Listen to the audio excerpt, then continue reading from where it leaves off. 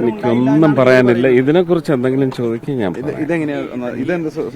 ഇത് ഇവിടെ നിന്ന് തന്നെ പയ്യനില്ലേ കൊണ്ടുവന്ന വാർത്തയുടെ പശ്ചാത്തലത്തിൽ ഹൃദയം പൊട്ടി എന്ന് പറഞ്ഞെടുത്ത് ഇതൊരു വലിയ സംഭവമൊന്നുമല്ല, എങ്കിലും അവർക്കും ഉപജീവനത്തിനൊരു മാർഗം അതൊരുക്കി കൊടുക്കാൻ പഞ്ചായത്തിൽ പണം അടച്ചിട്ട് തിരിച്ചു കൊടുത്തു. അതെ അതെ, അങ്ങനെ അതൊക്കെ ആ കഥകളൊക്കെ നിങ്ങൾക്ക് അറിയുന്നതാണ്. ഇത് വെള്ളം നമ്മൾ വാങ്ങിക്കൊടുത്തു അല്ലേ? വെള്ളം ചെയ്യിച്ചതാ. അവരുടെ ഒരു മനസ്സിലൊരു സന്തോഷം, പിന്നെ അവരുടെ ഉപജീവനം.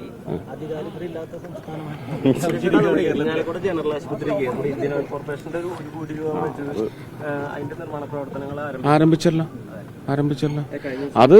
അത് അനുവദിച്ചു വരുന്നതിന് മുമ്പ് തന്നെ അതിന്റെ ടൈൽ വർക്ക് എല്ലാം ആരംഭിച്ചതാണ്. അപ്പൊ അതിന്റെ ഫൈനൽ അപ്രൂവൽ വന്നിട്ടേ അതിന്റെ പൈസ വരും.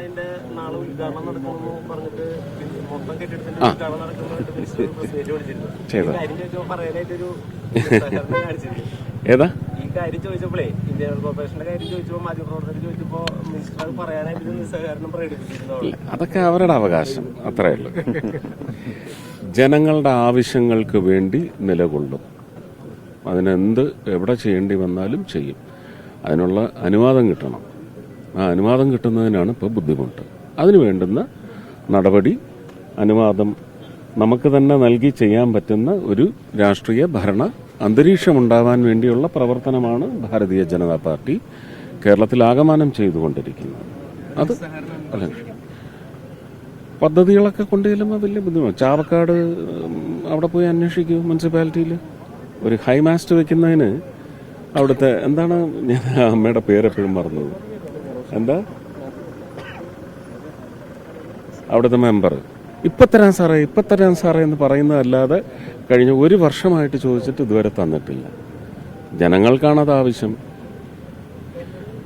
അപ്പോൾ അവിടെയൊക്കെ ഭരണം വരട്ടെ എന്ന് മാത്രമേ ഞാൻ പറയൂ. അതല്ലാതെ പിന്നെ ഞാൻ എന്താ പറയണ്ടേ?